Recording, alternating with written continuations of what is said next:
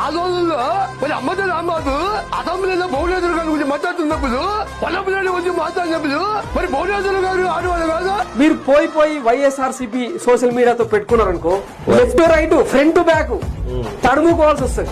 With in 12 గంటల లోపల క్షమాపణ చెప్పించే రేంజ్ లో వాళ్ళ కౌంటర్ ఉంటది. నిన్న నేను బొత్స సత్యనారాయణ గారి మీద చేసినటువంటి వీడియో ఆయన్ని ఆయన అభిమానుల్ని బాధ పెట్టిందని తెలిసింది.